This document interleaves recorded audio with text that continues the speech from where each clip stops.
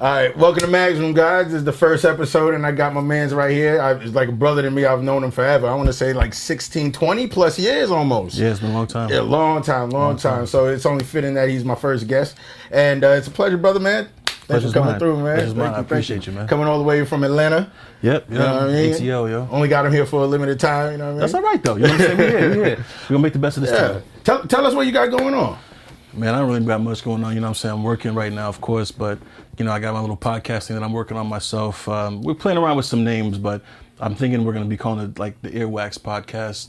So some along these lines of what you're doing, but what we're going to be doing is more relationship based. So I have a couple of co-stars, co-hosts who are phenomenal, some females. So it's going to be pretty good, man. That's what we're working on right now, really. No doubt. And you say you're talking about like relationships and things like that? Or? Yeah, man. Listen, I don't know shit about shit, but who does? You know, I can tell my story. Yeah. From my guy's perspective, and you know, like I said, I have two females, and they let me have it on a regular basis, and tell me how ignorant and stupid I am. And I hear you. See, I love to talk with females because females always have a different point of view as far as it's not logical like men. Now, I wish we did have a female at the moment right now so they could back up their claim. Yes, but I could say for a fact if they were to try to back up their claim, it would not be logical. You said it. I know that would. I only said it because they ain't here right now. That's the only reason I'm brave enough to say that. Keep that same energy when you have a female right here. Hey, I ain't man. say nothing, ladies. Listen, I love y'all. It's crazy though because that's a dope subject, but I feel like it's hard for people to be real about it. Well, and that's what we're there to talk about. It's more or less us talking about our personal opinions, like I said, and our personal experiences. Whatever I have to say is based on whatever I've been through and them as well. So, you know, hopefully people can relate. Or hopefully they can find some kind of entertainment from it or whatever. But you know, I feel like there's a lot of things that happen nowadays, and people don't talk about it. You know, everything is kind of surface level. Everything is superficial, and I feel like, you know, we talk about our own personal experiences. We talk about shit we've been through, and we talk very candidly about ourselves, and we don't take ourselves too seriously. So I think that's a big thing because I personally don't take myself too seriously. Like I love to be who I am. I love to be just goofy. I love to be, you know, and sometimes that could be to my detriment in other people's eyes. Me, I don't care. Nor should you. No, I don't. You know, and so I don't. With that said, I don't want anything that I'm saying to be taken offensively. That's just how I feel. Right. It's just over a simple, logical observation. It's a fact. You know, so with that though, I like that you guys got the difference between man, female, and one of them. I believe one of them. Is, she's a lesbian. A really good friend of mine, and she's like the most honest, candid person I know. And she kicks it straight, like straight facts. She don't sugarcoat shit. So that's what I love most about it is that, you know, everything that you get from all three of us is going to be raw and just us as raw as possible and honest. I like that. So now, how do you guys meet? How do you all get together? We all work together. Oh, dope. Okay. So, Yeah. And it's like, you know, when you try to start a podcast, you have everybody and their mom wants to jump on. Right. But like for me, it was people that I talked to individually, and I just feel like, man, I love the way they articulate themselves. I love the way, you know, they speak candidly about themselves. So I just picked like personalities, a couple of females that I think are phenomenal.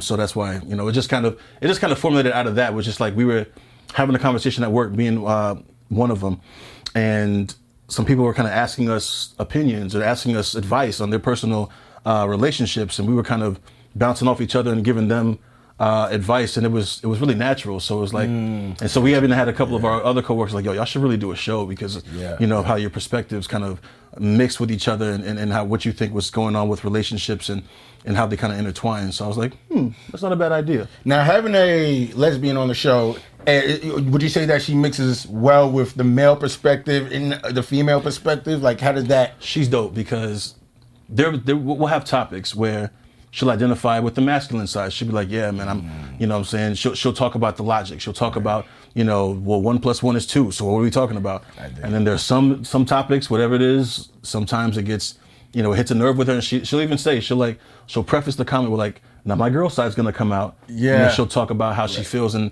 how it's more closer to the feminine perspective. Absolutely. So absolutely, we have one on male side, one on the female side, and one kind of down the middle. So we kind of have the whole spectrum covered. So, all right, that's an interesting thing because this is something that I could only speculate that it is what it is. Right. But that men and females obviously are naturally opposite Yes. in order to balance themselves.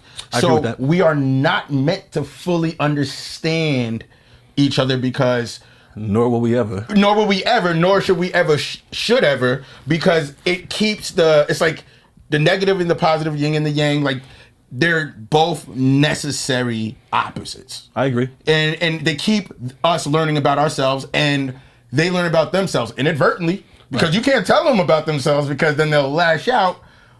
You know, Ladies, listen. this is just Listen. observation. Whether or not I agree is irrelevant.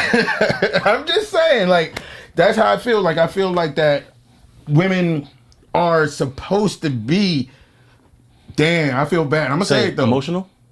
Worse than that. Oh, I ain't They're supposed to annoy a man the way yeah. a man annoys a woman. Like, I agree with that. there's things that we do as men that are like, how is this annoying to you? It's a normal male trait, Right. which we deem it should be a normal human trait. And the fact that you don't look at it like that, you're fact. abnormal. So that constant balance, I feel, is necessary.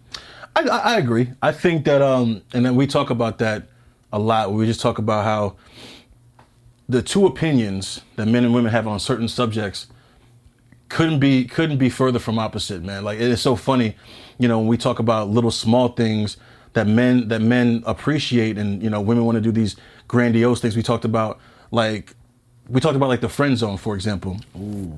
And they found it hard to believe that I've been friends. And I'm like, I mean, I know I'm gorgeous, but like, I'm like, hell yeah, I've been friend zoned. I'm like, I know y'all do that, and they, you know, obviously, you know, women, it's a different thing for women, because, you know, guys are throwing themselves at them constantly, so they're constantly friend zoning people. They found it unbelievable that I friend zone people. I'm like, why? Yeah, why can't guys do that? Like, we have people that we rock with and stuff like that, or people that we just feel like, nah, I really don't want to take it there. People we consider a sister or somebody like really close. Like, you know, there's sometimes we just don't want to take it there. It is what it is. And they could not wrap their head around that. Because they feel men are so simple that anything that throws themselves at them, they're going to take.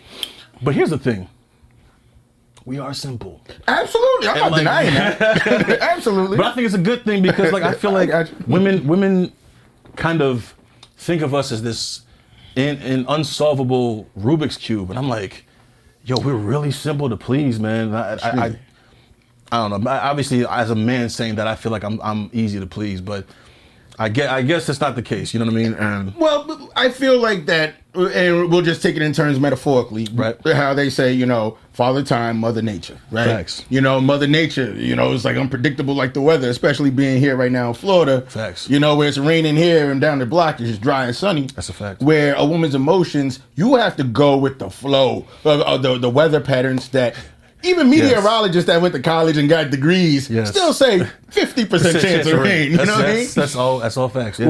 Whereas Father Time is structured 24 hours a day, you know, every second, every minute, and everything is very compartmentalized and in a box. That's a fact. You know, and it's logic. So we could base plans off of our logic. We could say 6 p.m. be here. Right. And this will be ideal for this, that, and the third. I always compare it to that scene in White Men Can't Jump, where Rosie Perez and Woody Harrelson are in the bed, and she wakes him up to tell him that she's thirsty. So he's like, she wakes him up, and he's like, what's up? And she's like, I'm thirsty. And he's like, okay. And he rolls out of bed, goes and gets the water, brings it back to her, and she's like, I didn't tell you to bring me water. She said, I told you I was thirsty. I wanted you to empathize with me and feel that I was thirsty. He's like, do you want the water or not? And like, and splash her in the face with it. Like, we're simple in the sense that, oh, okay, you're thirsty. Let me get water and fix it. Right. Whereas, you know, it's not as simple as that for them. Right. And that's what a lot of it is about, is kind of finding those gaps where we can kind of fill it in as to why they think one way, why we think this way, and why we have such a problem communicating freely. Right. And it's, man, I really need a female's perspective on this, because I feel it's something that we can't crack the code on. Right. But we can have a silent argument and both feel like we're in the right. Yes. And we are completely, we say, I'm not going to say anything. She's thinking the same thing. And I'm like, I'm completely right. Pettiness, the spite. I'm going to be the bigger person and not say anything and let them live. Right. And she's thinking, you know what? I'm going to be the bigger woman and let them live. But we are completely... I don't even think it's a let them live thing. I think it's I feel like they're wrong, so I'm going to wait until they come and talk to me. Yeah. You know what I'm saying? And listen, I'm not even saying this. Women are guilty of that. I'm guilty of that too. You know what I'm saying? There's times where I feel like, there's that saying, happy wife, happy life. Yeah. So I get that, so there's a lot of times I just pick my battles because I'm like, it's not even worth it in the grand scheme of things, something small like that. But there's some times where, like, especially if somebody's wrong, you feel some type of way about it. You feel like, this is the battle that I choose. I'm standing my ground. Like, you got to say something to me, or, I feel like you're in the wrong. And we just both, it's like those memes you see on Instagram where it's like, both of them have their phones in front of them and they're like at different houses in different places, and like, oh, I'm sorry, or I'm sorry. They're like, if only they would, call me or something like that. And the other one's like, I wish they would call me just so I can love her and say sorry or something like that. Right. It's hard to take that first step. It is. I mean, I think for any person in a lot of situations, relationships, partnerships, when it comes with those two different energies that almost counteract each other, but they're also magnetic, that taking that first step, you're looking at it as, I'm the bigger person, but is my point getting across? You know what I mean? And there's like... That's where the gap is. Right. That's exactly, because it's like, look, I want to, but do you understand where I'm coming from? And that's why the first step is so hard. I agree. So, I mean, I try to identify too with the feminine only because I understand that it's inevitable that you have to try and understand it. Right. But it's still one of those things that I feel like no matter how much you try to understand it, you won't. So there's been a few times where I've made the wrong choice where I don't want to say it's wrong. It's never wrong to be the bigger person and step up and try to stop a fight. Yeah. But there's a few times where I was on that petty side, I was on that spiteful side. Like, I'm not saying anything until this person says something to me first, because I felt like, I feel like, in my younger days, I was an asshole. I hear you. Everything was like we talk about. Everything was logic, man. Like, listen. 1 + 1 is 2. Like, it's just what it is. Right. And then where then it was like, no, it's not. Like, I used to get in fights where it would be like, oh, the same thing. Like, oh, I'm hungry. It's like, oh, so you're hungry. That's not what I said. I'm like, yeah. But you just said you were hungry. Like, so, you know what I'm saying? So, like, at the end of the day, it is a men are from Mars, women are from Venus. It is a constant battle we're going to have. Obviously, thousands of years in, we still don't understand them. They don't understand us. So, ain't nothing gonna change, but like you said, it's just a matter of. I wish we did have a female here so they can kind of talk about it. But no, absolutely. Hopefully, we get some love and some comments right now, letting us know, if there's some gaps in our logic. You know what I mean? If we're missing something like a key and if you're angry, point at Mad, because I ain't saying the crazy stuff. I'm just saying, like, I love y'all. And like I said, it's a humble opinion. Humble opinion. It's just the humblest. Because it's one thing that I had to come to terms with. Is that I won't get credit for doing the right thing, but I have to do the right thing. Yes. When I sit there and say, you know what, I'm gonna let you got that. Yes. I feel you, and I'm gonna cater to your answer. Word. Even though I know my point wasn't proved, and I'm cool with that. Yes. I had to come to terms with that. But knowing that has given me a weird kind of peace of mind, because I know this is something I have to do. Yes. I have to do. Here's the funniest thing to me. There's a lot of situations, and I've had scenarios where I've had women upset with me, pissed off, blah, blah, blah, blah. I get it. And I've literally been like, you're right. I'm sorry. And they're like, like, they're not done wilding on me yet. Like, yeah. I'm like, no, you were right. I was insensitive. I was wrong. You're right. I apologize. Yeah. And they're just like they're not done yet. They got to get their balls off. They got to get it out. They got to get it out. And I'm just like, all right, if you go ahead. And then they just be like, I don't want to do it now. They want the smoke. They want the smoke. I'll be like, I'm sorry. So now that's interesting. Yes. Because you have to let them have that smoke. Yes. If they already got it built up, let them bust it off. Yeah. Because you even though you know your exit strategy, you got to figure out how to play it out where it's like, damn, you got all that out. And you got to still feel upset, but you got to shut up. Mm-hmm. You got to they got to see you visibly frustrated. Right. And have nothing to say back. That's the funniest thing, because if I'm at that point where I've already said sorry, I don't care. Yeah. I'm not saying I don't care about her, but I don't care about the fight anymore. Right. I'm already calmed down. So she wants to wild out. I'm like, all right, go ahead. But that pisses them off more. What am I supposed to do? You supposed to act like you lost. No. Well, I can do that. I feel like the moment I concede and say, You're right. I'm sorry. I lost. You're thinking with logic. As a man, yes. Of course, that seems like the right thing to say, sorry, you're right. No. You're supposed to huff and puff. Blow the house down? Yeah, basically, and have nothing else to rebut, but still seem visibly frustrated. I mean, I'm sorry. I guess. No. You got to be like, oh, you pissed me off. All right, I'm done with this. I'm done with this. Whatever. I don't want to hear no more. Mag, I'm old. I'm too old for that shit. Let me tell you something. Like, when I talk to my girl, like, we haven't really had a huge fight like that.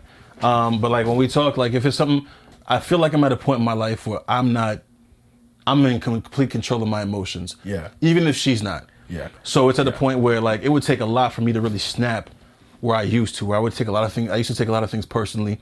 I used to really look at things from my way and be like, I'm right for X, Y, and Z reasons. So they should understand that I'm right for X, Y, and Z reasons. And now I'm just like, everything's fluid. Yeah. You know what I'm saying? It's just whatever's whatever. I want peace above everything else. Yeah. And, you know, sometimes I don't compromise myself in the process. But again, I just pick my battles and I'm like, okay, if it's really this serious, then I'm sorry. You know what I'm saying? Right. Like I try to keep an even keel at all times now. Never too high, never too low. But some people want you to snap, and I'm like, yes. Why do you want the Hulk here? This is why I think they want the smoke. This is why. Is because if they see that you don't feel anything, they feel like you don't have feelings for them. Like, I'm willing to just write them off. You can't piss me off anymore. Now everything's cool. Don't worry, it's fine. Because they feel like, oh, make you feel like you don't care. Right. Because there's that little barometer. Because when a guy is too on them and too emotional, they're like, oh, you're too much. Right. But when he's too chill, they're like, yo, what's up? Listen, again, we don't know what we're talking about, obviously, because clearly we don't. Yeah, I'm trying to figure it out. Because I've had situations where I have girls that, like, we're having a conversation, like, she's wilding on me and I'm wilding back.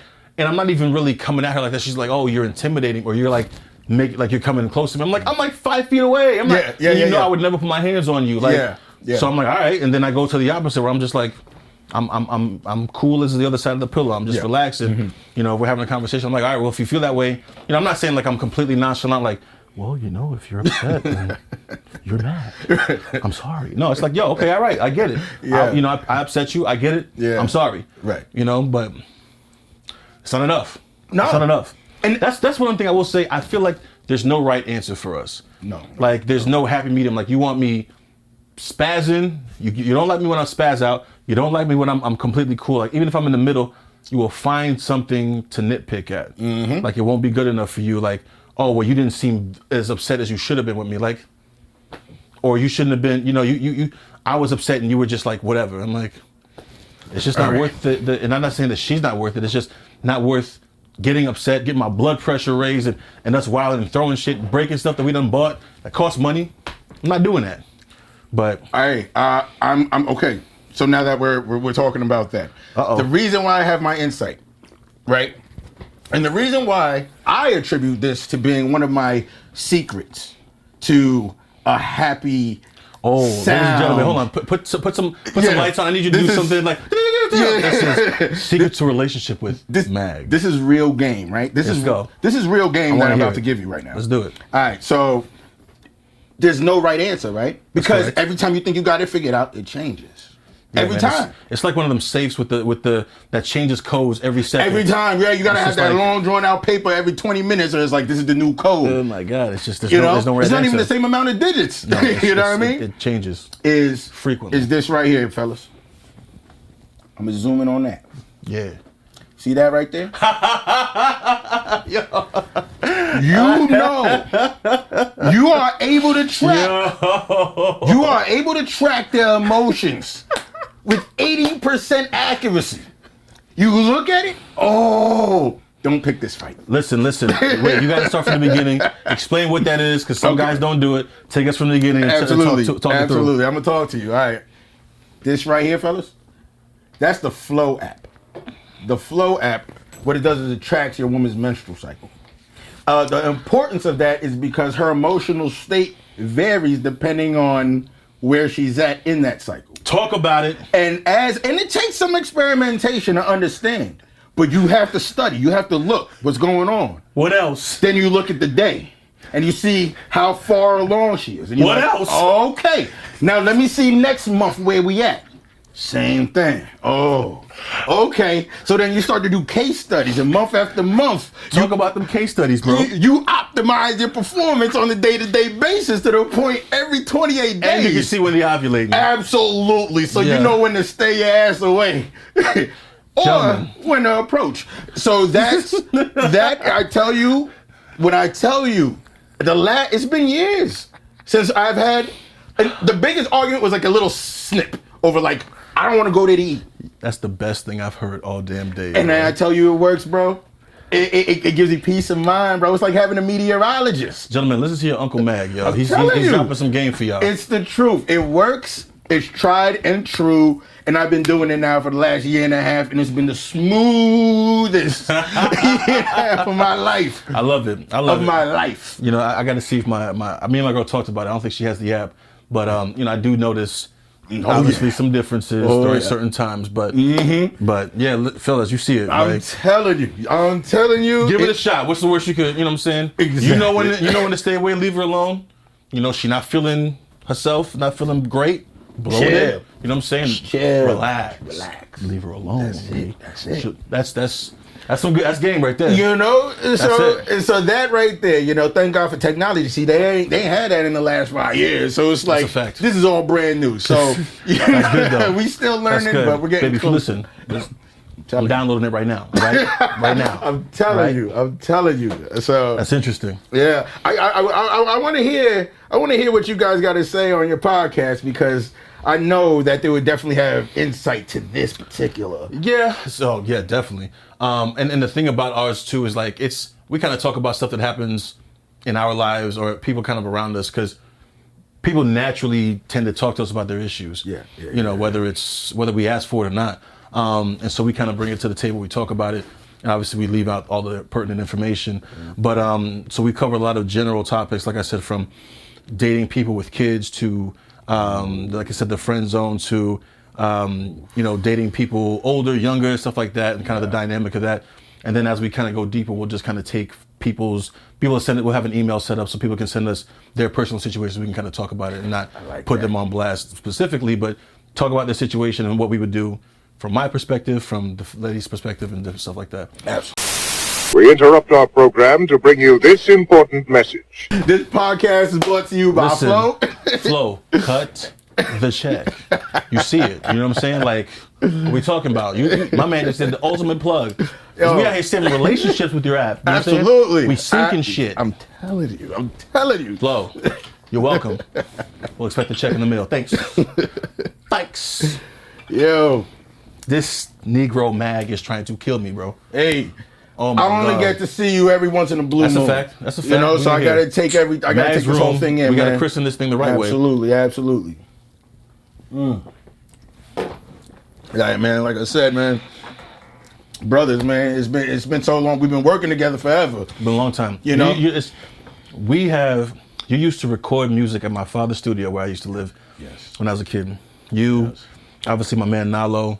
I remember we were all like 13, 14 years old, and y'all would have your sessions, and I would just come in and just listen. And you know, this is before I really wanted to do music myself, so it was dope because it was my first time seeing people my age really working on music.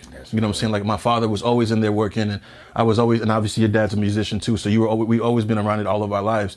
But when you guys were in there was the first time I saw somebody my age, because he used to have a number of different artists come in and record. Obviously he would engineer for them, but you guys are my age, and so it was like it was inspiring to see y'all doing that, because I was like, you know, I'm decent at making music and doing stuff like that, but I can never really do it. And y'all was in there, and I was like, maybe I could. Yeah. You know?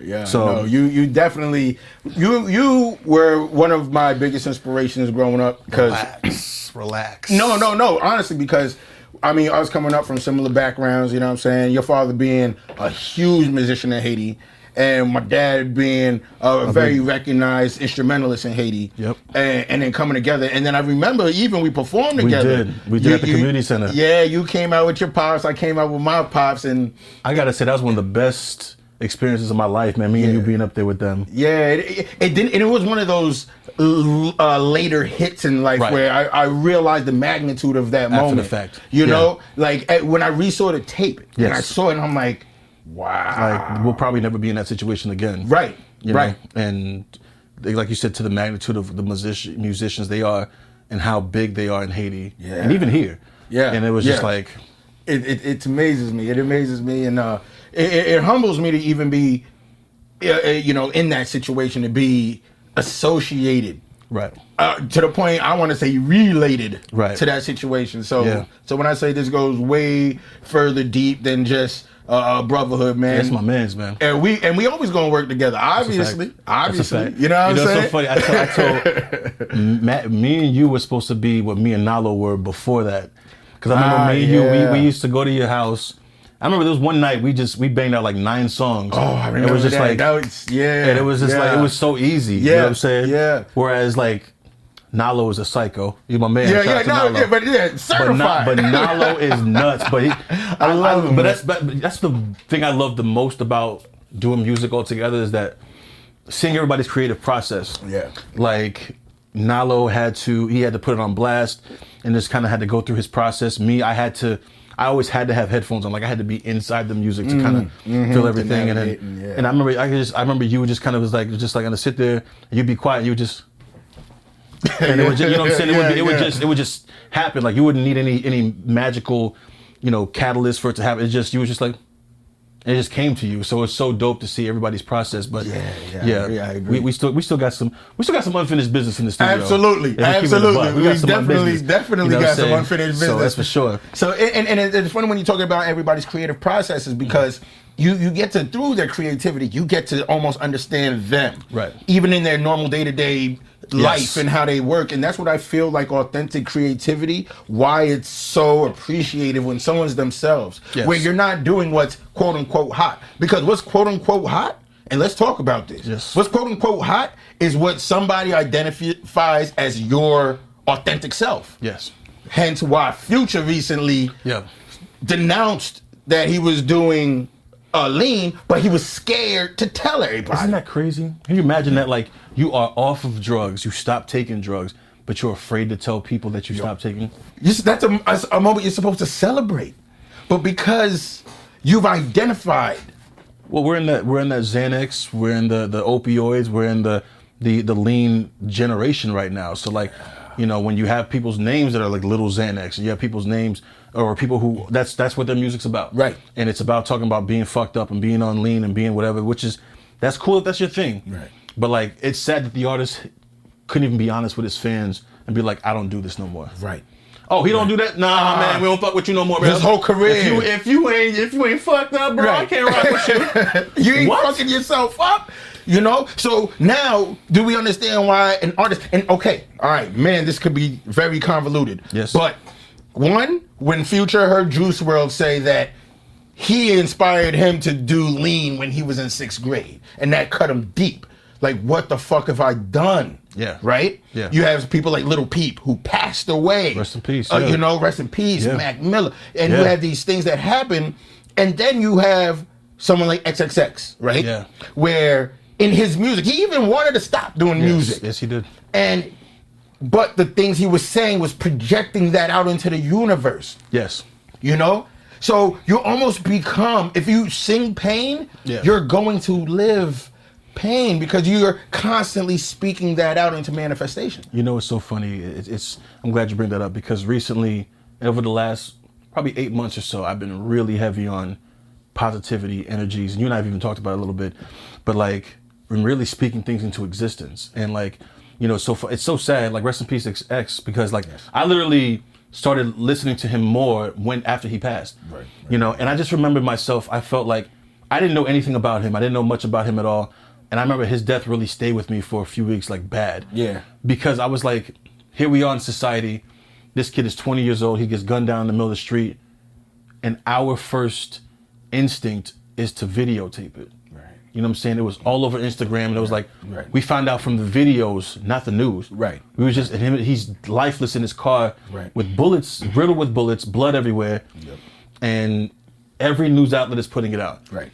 And it's just like, it just stuck with me because I was like, he had just bought his mother a house. He had talked about, turning things around. Obviously, he had his own demons he dealt with because he's been arrested and he was on probation and was dealing with some shit. Right. And he had his own cases that he was fighting. But it was just like, when you look at it from outside, it's like, this is a 20-year-old kid who's dead for what? For what? And all we want to do is document it.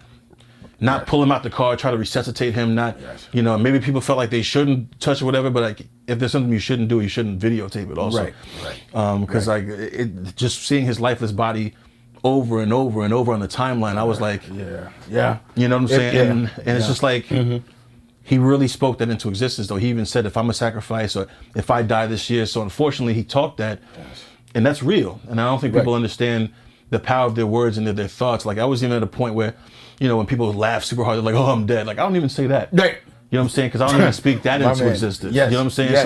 So like, when you wake up and you think about, like, even if you say things out loud, that's fine. But even your thoughts have power. Right. And people they may think, oh, I'm so trash, I'm so this and that and that. But I'm like, oh, I'm happy, I'm positive. That's not the case. Right. You know what I'm saying? You have to believe you are the best at whatever it is you do. You have to believe that all your dreams will come true. You have to believe that everything that you want, you're going to get in life. And you have to say it out loud. And you have to make the necessary steps to get there. Absolutely. And I feel like certain situations, like with these rappers, like, they put themselves in positions that are more compromising to them than they realize, and then shit like that happens. Exactly. And I feel a lot of them realize it too late, but a lot of them realize it early. That realize, okay, what I say actually happens. Yeah. So when you see a lot of rappers talking about money and success, and why they keep talking? That's because you know what? Right. That's what's going to constantly repeat in my mind. Right. One example that really comes to mind is Rick Ross. Yep. Put it out. I'm rich forever. I'm a boss. You know what I mean? Mastermind. Yeah. You look at his moves and how calculated they were. The things that he says and talks about, it's more a affirmation. Right. For what is to come into my life. I'm going to create this music that is manifesting my lifestyle. And you know what's funny too? You never see them talk about their investments. Like Rick Ross owns like how many 10 Checkers Wingstops and Wingstops? Shout out to Wingstop and Checkers. Yes. Lemon pepper, you already know what it is. Hey. But think about it. All we talk about is drug money. We talk about this and this and that. Nobody wants to hear, hey, yo, Wingstop. You know what I'm saying? Right. They're not going to talk about the portfolios. They're not going to talk about the NASDAQ. They're going to talk about the stuff you want to hear. Right. Like gangster shit. That's cool. I get it. Like Chris Brown owns like 20 Burger Kings or something like that. And like there's a lot of these guys who have a lot of these different businesses. They don't talk about it in the music because that's their side hustle. Right. That's not where they get their bread and butter. Their bread and butter is you looking at them like drug gods and kingpins. Absolutely. Hey, if that's what's gonna keep me in the limelight to continue to generate money to fuel these other positive investments, right, I'll do it. Now Jay-Z did it on his last album where he was talking about, hey, get your credit right. Go ahead, start getting property.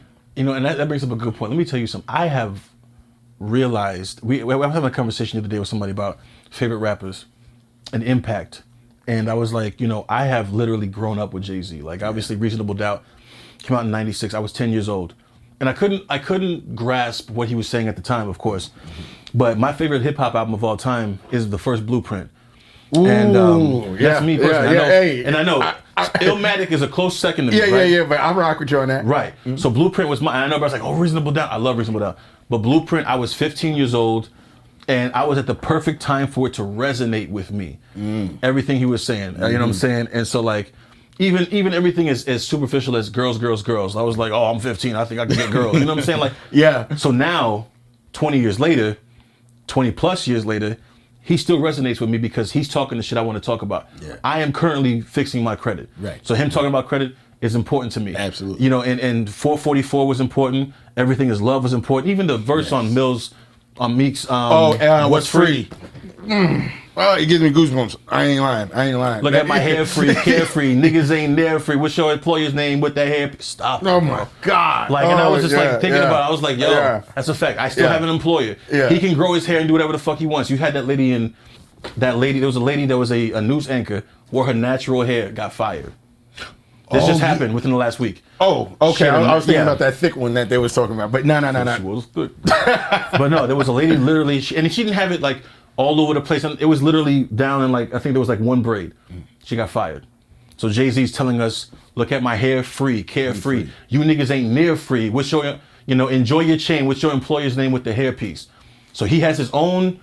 He don't have no boss. He can do whatever the fuck he want to grow and say. He has dreads now. Right, yeah. He's about 6 months away from them actually coming down. Yeah. Whereas all the rest of us have 9 to 5s. We punch in, we punch out. Right. We got So he's talking about legacy. He's talking about building an empire for your kids to take over. You know what I'm saying? Whereas we're just function to trade our 40 hours for money. Right. Trade our 40 hours for money weekly, week in and week out. So I identify with that more now. So I don't really care for the new music, and it's not that it's bad. There's some good stuff. Yeah, no, there's some fire. There's some good fire stuff, out there. But that's not what I'm like. If I'm taking a long drive, that's not what I'm listening to. I'm listening to Jay-Z. I'm listening to that, and I got friends who are like, I'm not a big fan. I'm like, that's fine. Yeah. But for me, over my 20 plus years covering hip hop or being a fan, he's the one who has kind of guided me. And obviously, there was times, the Black Album, Blueprint 2, Blueprint 3, American Gangster, all those different albums, but I was with him the whole time. Whereas, and on those times in my life was kind of mirroring where he was too. Yeah. And so even though he's 48, 49 years old, and I'm a little bit younger than that, but still, where I'm at in my life is exactly what he's talking about. Right. Even what Meek Mill was talking about, like what's the song? Respect the Game. Okay, Stuff like that. You remember Meek Mill before? It was like, but now he's talking like. He's talking the same shit. He just got out of jail. He's a voice for the prison reform. Exactly. Yeah, right. You know what I'm saying? So like he's at a place where he's improving. He's evolving. And so it's so funny when I have this conversation with folks. They're like, "Oh, well, Jay-Z don't really say nothing to me." I'm like, "That's fine. He says a lot to me. Absolutely. He says a lot to me. Absolutely. He says things that really we need to hear. And because we could document his progression, right? And he came in the game talking that slick talk. Yeah, big pimping. Even you know what I'm saying? Wait, let's talk about Big Pimp for a minute. Shout out to Dame Dash out here with the bottles. Okay. Dame Dash is out here just with the Armadale. Like, speaking of that, hold on. Are we doing another one? Hey, listen. By the way, New Amsterdam, stop playing. You know what I'm saying? Stop playing. We need that. We need that check. We need that check. Cut the check. Yo, send it back. Shout out to Soulja Boy. Cut that check, man. Young Draco, the GOAT. You already know. Yo, you even pull yours? What you doing? He trying to, Damn, he caught me. Exactly, yo. He was trying to front. Where's my, he was over there. I was trying to play stupid. Caught me slipping, but got my dumb ass. Hey. But yeah, so. No, absolutely. But listen, there's some great young artists. I will say that, man. No, for sure. I don't want to, because there's joints I bump to too. I mean, hey, this could be controversial on some of my favorite artists. One of my favorite artists out right now is Young Thug. I ain't gonna front. Why? His originality. Yeah. His cadences, his melodies, his vibe. Just like I feel he's the most him. Regardless of what anybody thinks. I really like that little baby kid out of Atlanta. I rock with him. He's young. He's just having a good time. Yeah. He's not talking about crazy, ridiculous, like what you call it, but I fuck with some of his music, man. It's got a good vibe to it. So like that kind of stuff is cool for me. Yeah. But even when we talk about back to Jay-Z, even like Big Pimpin', he was like, even when what's that song, Hey Poppy, where he was like, I was so mature, can't y'all see that I'm growing? He was talking about, I used to break him with long dick and take him on long trips. But now he's talking about, I'm growing, I'm mature now. Like, I'm getting older. Yeah. And again, that resonated. I'm like, I'm getting older. Yeah, this shit I was doing before. Getting older, baby. Yes. You know what I'm saying? Yes. One time for one time. Yo, maturity is the motherfucking. It's the best because you can't have maturity without experiencing immaturity. Because you gotta experience both. Because those that try to act mature and try and front get to a point where they're like explode and they want to be immature at the wrong time. That's a fact. So that's a fact. You know what I'm saying? Factory settings right there. Yeah. So it's like, immaturity is definitely the foundation of maturity, because when you get to that maturity, you appreciate it and you exemplify it and you do it the best. You do it, like when I was in my early 20s. Talk about it. I was like, damn, yo, I want to stay in my 20s. Talk about it. You know what I mean? I want to stay here. I remember some of them lyrics. Always better get laid than getting paid. Talk about it. Talk about it. You know what I mean? Like, you know what I mean? There was a time where it was like, damn, dude, I want to get older. Then I started to realize that age don't matter. That's a fact. It's mentality. Yep. And getting to my 30s, it was like, oh, I get it. Yeah. I'm having more fun now. Yeah. And then I got friends 40s, like 50s. And I'm like, oh, I see what you're doing. Right.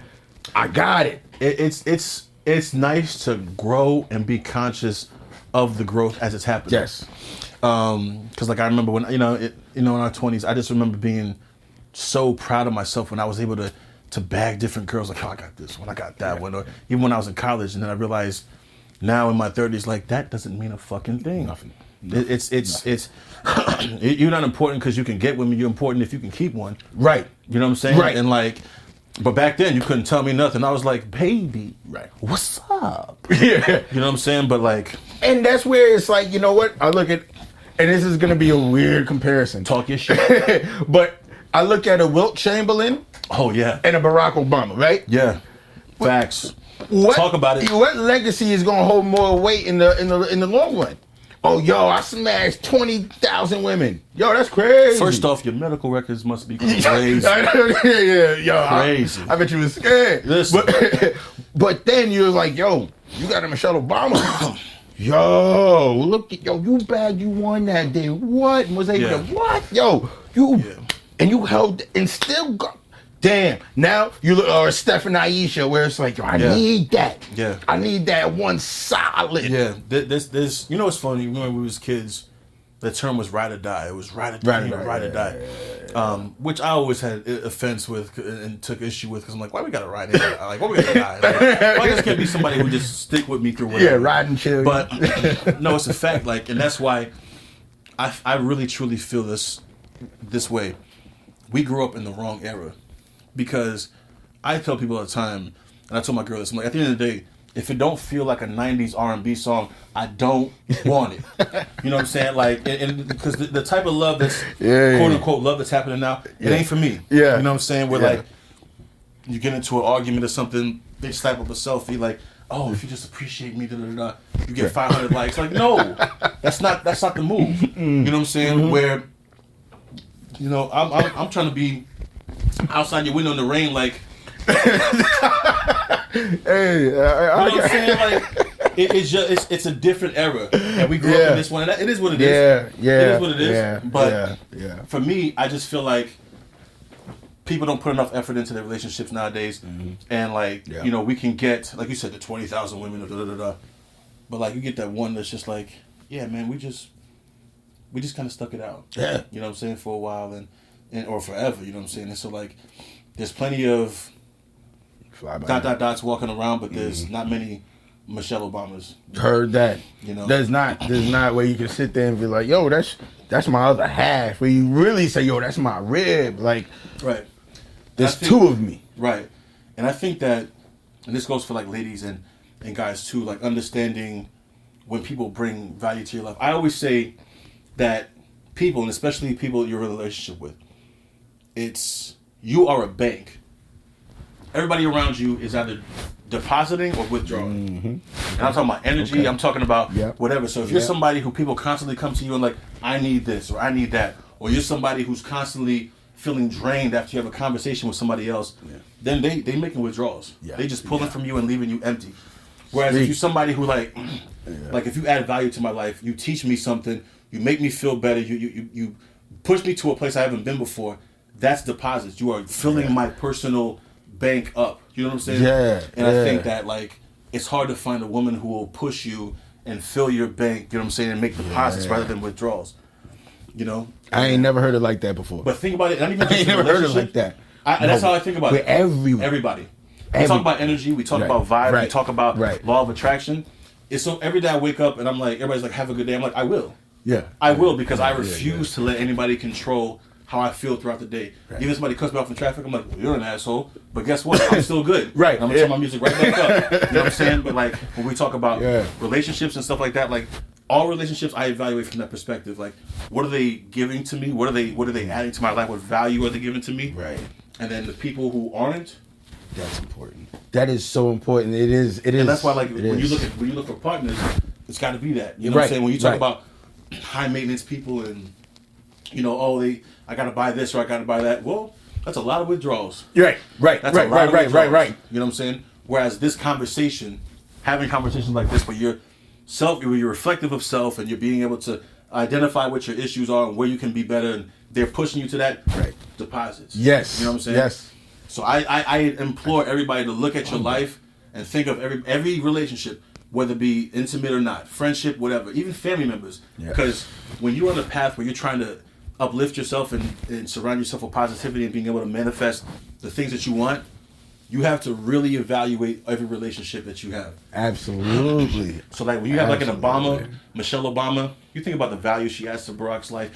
Even if you take out her personal success, because her book is number one, it's been like number one for like 4 months now. Yeah. She's on fire. Yeah. But like, you know, you take that all aside, like she held him down and she even told him like, you know, he wasn't the president at the time. He was just a regular kid from Hawaii. Yeah. She held him down and they uplifted each other. She's a graduate of Harvard too. Yeah. She's borderline genius, if I'm not mistaken, as far as her her IQ is concerned. So it's like she pushed him, she uplifted him, and they uplifted each other. So like you have she made constant deposits in him, and he made deposits in her, and this is where. Don't be funny, y'all. Don't be funny. Okay, right? But you. I mean, they do got 2 kids, so we're adults here.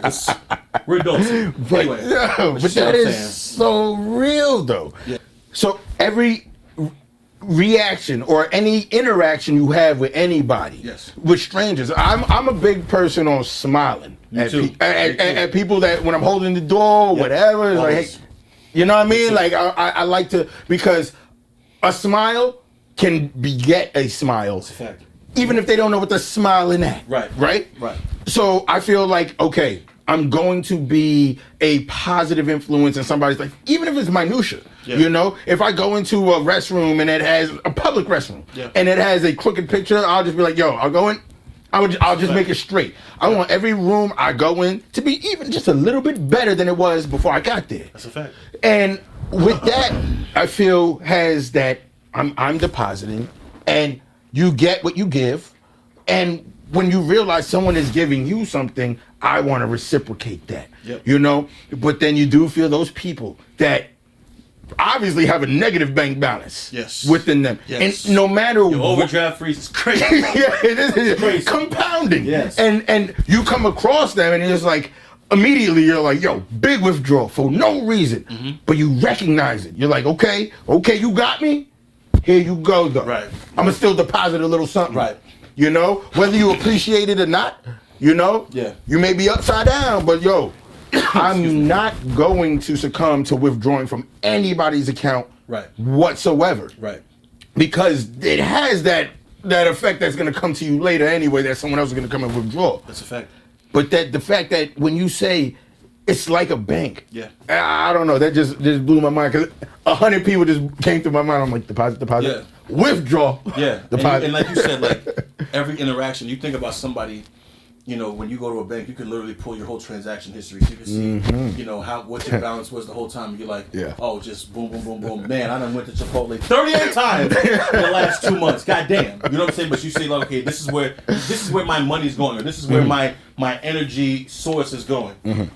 Now, so if you have a specific person, if you have one person in particular, like every time I talk to them, I just feel bad afterwards, and I just feel like, you know, they're pessimistic. They look for negativity everywhere, and like that's draining.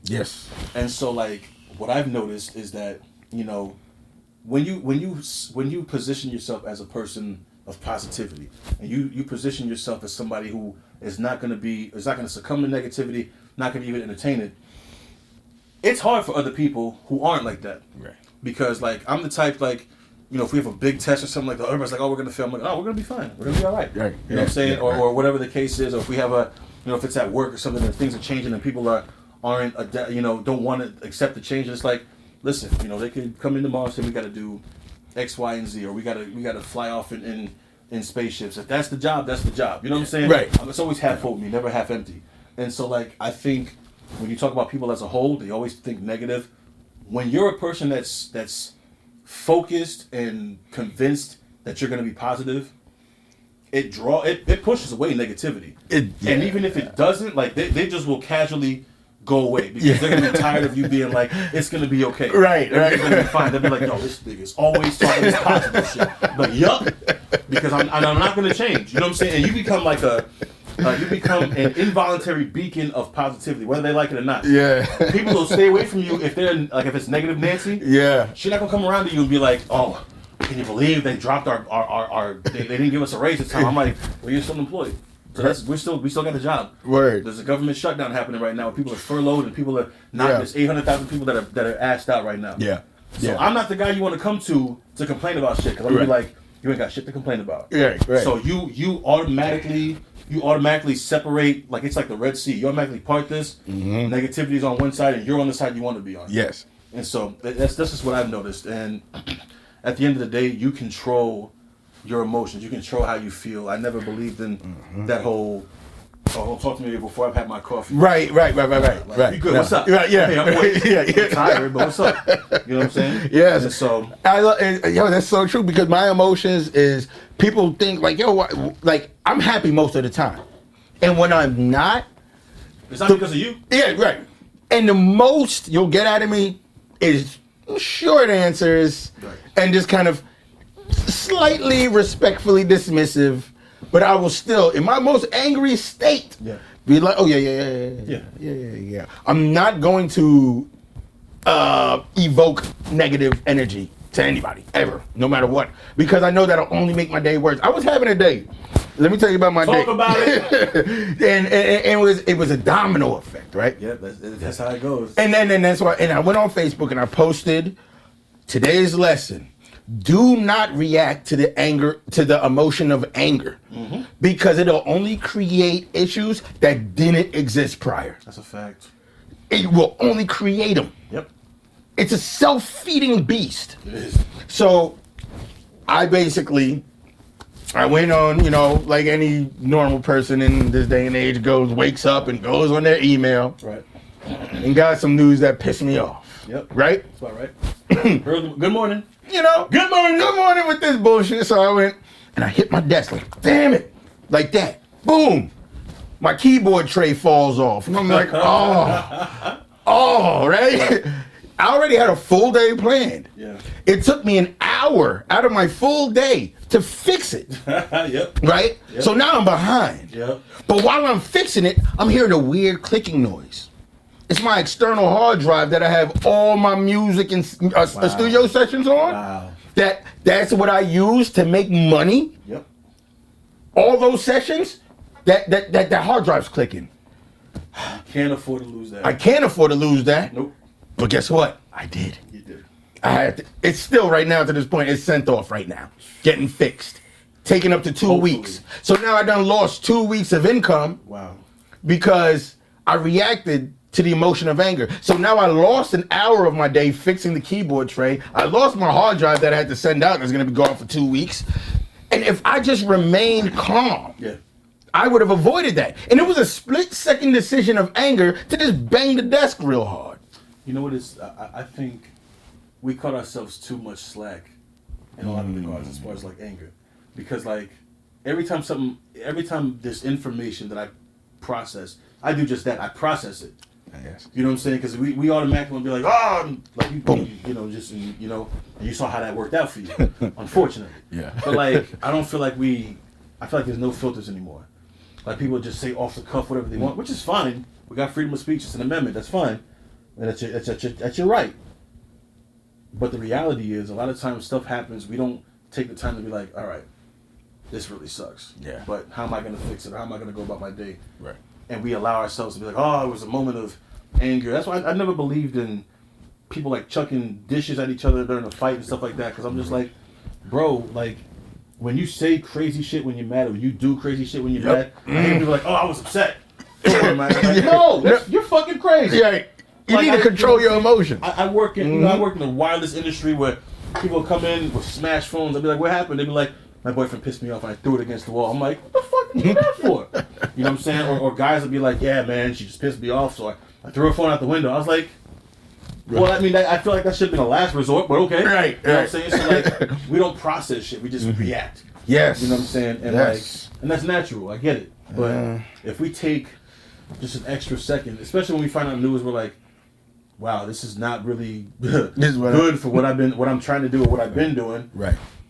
Split second. Just that split second it took you to... Split second. You know what I'm saying? I think in order to process that, we should look at it, at least me, I know for a fact, I personally should look at it as, okay, take this moment and know that you will inevitably create a situation that doesn't exist right now if you react right now. Yeah.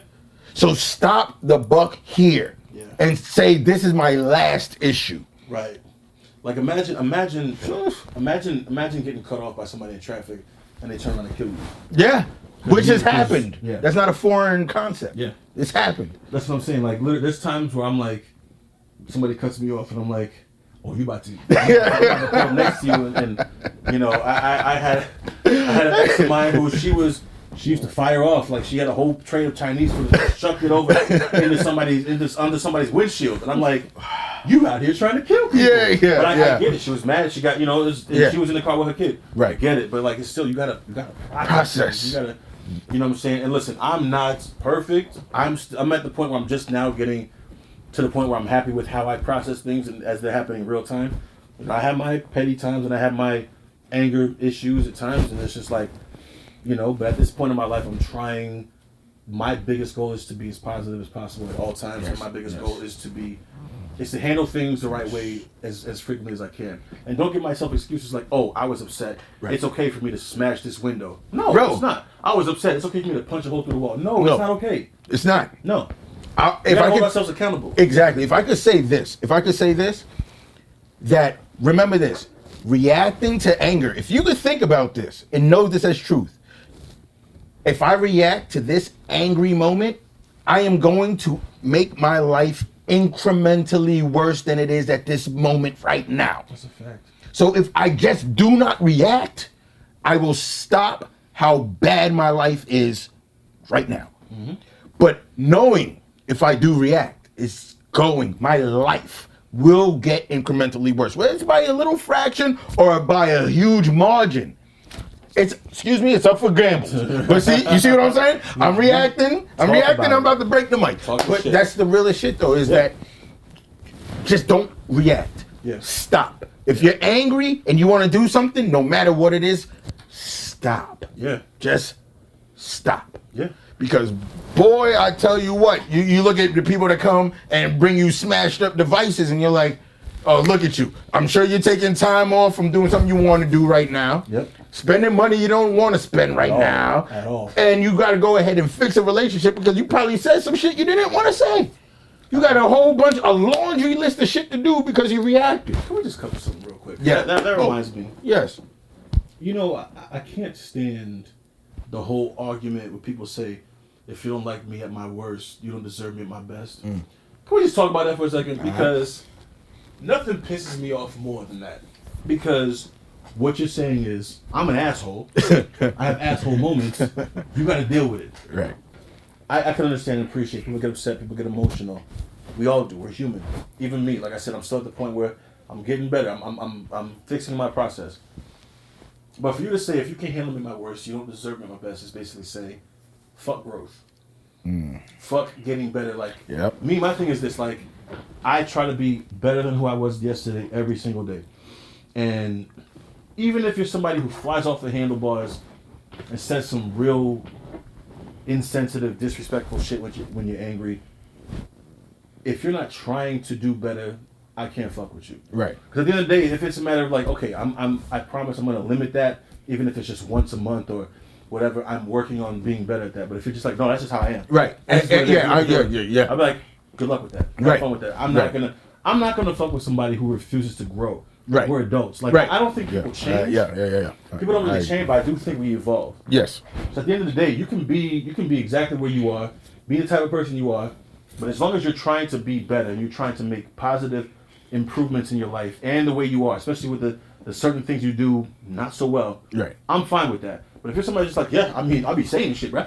I mean, what you gonna do? Yeah. I'm always gonna be like that. Cool. You gotta accept that. Have a good life. Right. Have a good Exactly. life. Because if you accept your worst, knowing it's your worst, Yeah. then I don't need to be with you. Yeah. Because like you said, we evolve. Mm-hmm. So evolution means, okay, this needs to change and never happen again. Right. So, look, I understand if you don't accept me there because I didn't accept myself there. Right. I've evolved. Mm-hmm. Now, if you accept me in my transition, I'm in my probationary period with you. You know? Yeah. All right. So I'm going to give you some time. Let life test you to see if you really changed. Yeah. And then if you really have, we'll rock. Right. But if I was with you during your probation and you passed, then yes, I accept you. But if you failed again, then no, I don't accept you. You're Right. worse because you didn't evolve. Right. And the people who just like refuse to look at themselves any other way, like I'm very introspective. I literally, even in my relationships, like I ask my girl, like, how can I be better for you? What can I do better, you know, to make you happier, to make sure that I'm the best partner for you that I can be. And I don't think people do that at all. They're just like, oh, everything's great, everything's fine, everything, you know what I'm saying? Right. And so, like, you know, if there's certain parts I can improve myself, it hits every aspect of my life. Like, if I can improve this in my personal relationship with you, then it probably make me a better man at work, probably make me a better coworker altogether, and it, you know, it maybe help me with my family too. So like, it has a ripple effect. Right. But people are just so focused in staying in their ways and being who they are that they're just like, it's just me. It's Right. just me. That's I'm just like, who. All right. good luck with you. Good with just being you. Right. All right. Exactly. I don't think anybody personally should be good with just being them because everybody should always want to be better. There's reasons why you have some of the greatest men on earth that are alive today still trying to better themselves. Yeah. So why do you feel being at where you're at now is what somebody should accept as your entirety? Right. I like to see someone that's growing. Hey, you know what? If I see somebody that's trying to better themselves, bet. If I see Floyd Mayweather in the library, my man, I ain't saying nothing about your reading. Exactly. He got hundreds of millions, but he's still trying to improve himself. You're trying to improve, my man. Like, if I see you out there trying to do it, I ain't got no qualms. That's when I love when you see athletes who are millionaires and go back to school and finish. Yeah, I love that kind of shit. yeah. It's just like, you don't, you know, you go to school to make money, but you actually went to school and you made your millions off of your sport, and then you come back and finish. It's just like a mental thing, whether it's a promise you made to your mother or a promise you made to yourself. That's dope to me. I did it. Because like, you can still, like Larry Fitzgerald, he's a millionaire 20 times over. He don't want for nothing, but he went back and got his degree, you know, for his mother and for himself. So it's like, you know, you got people like that who constantly want to get better and constantly want to improve. You know, one of my boss is like an AD. He's a big shot, but he's still going to school for his master's, and he's, you know what I'm saying? Like, there's situations where you can settle, which is very seldom, but for the most part, I respect people who constantly are trying to get better. Absolutely. And do something different. That's why, like, you know, you and I have done music. We've done a number of different things now. We're jumping into the podcast world. I respect that because it's something different. We're trying to do better, and we're trying to improve and keep going. Absolutely. Whereas everybody's just like, all right. call it a day. I'm gonna just do, and this is where I want to bring one of my biggest points with life. I feel the point is to not only be a great person just in life, where you know you're making sure whenever your time come, you left, you did everything, and you inspired, you did it. Right. You right. can check the boxes. But also that happiness is key, and that your happiness is under no obligation to make sense to anybody else. Right. If I said, look, I'm going to climb Mount Everest, and people look at me, you crazy, that makes me happy. That's my thing. I'm under no obligation Right. to make my happiness make sense to you. So if you see me doing something that's like, why is he doing that? Because it makes me happy. I tell people all the time, man, you don't owe nobody shit. Exactly. You know what I'm saying? Like, if your life goal is to climb Mount Everest, my thing is I'm gonna be at the base, way down at the bottom, like, let's do it, bro. yeah. I'll be here when you get back down. Yeah. Let's do it. You know what I'm saying? If you just accept me, like, hey, you take my word for it, I'm happy, my man. We good. That's I'll holler at you when I get to the top. That's you know what I mean? And I tell people all the time, I'm like, I'm not the person that you should come to and ask, like, hey, I really want to do this. I don't know what to do. I'm like, don't ask me because I'll tell you to do that shit. Exactly. I'll tell you that if it's between staying still and jumping, I hope you got your fucking parachute on. fucking go, do it. Exactly. You know what I'm saying? Like, It's like they almost answered their own question. Like, hey, look, I want to do this, but wait, don't say nothing. You want to do it? Don't. I'll give you the push. Yeah. There's no but. It's like, You need me to do it for you? woo, all right, on the count of 3. 1, whoop. That's right. You know what I'm saying? So, and that's how I live, and that's how people like us, how we do it, man. Damn, bro. I really appreciate you coming on, my Pleasure, dude. man. I'm honored, man. For my first ever episode of Mag's Room, man. Like, Being here. yo, Mag's Room. Boom. I couldn't have opened Leave a this up comment, better. even if it's talking shit. I know I'm glistening. Hey, so am I. I got the hat on. Fat boy status. Hey. Working on it though. Working on it though. Hey. I lost a little bit. Hey, I see you though. You know what I mean? No. Subscribe to the channel, man. It's my man. Yo, right here. please. The Earwax Podcast, you already know, coming, man. baby. All right. Yo, thank you very much for tuning in, guys. We love you. Peace. Peace.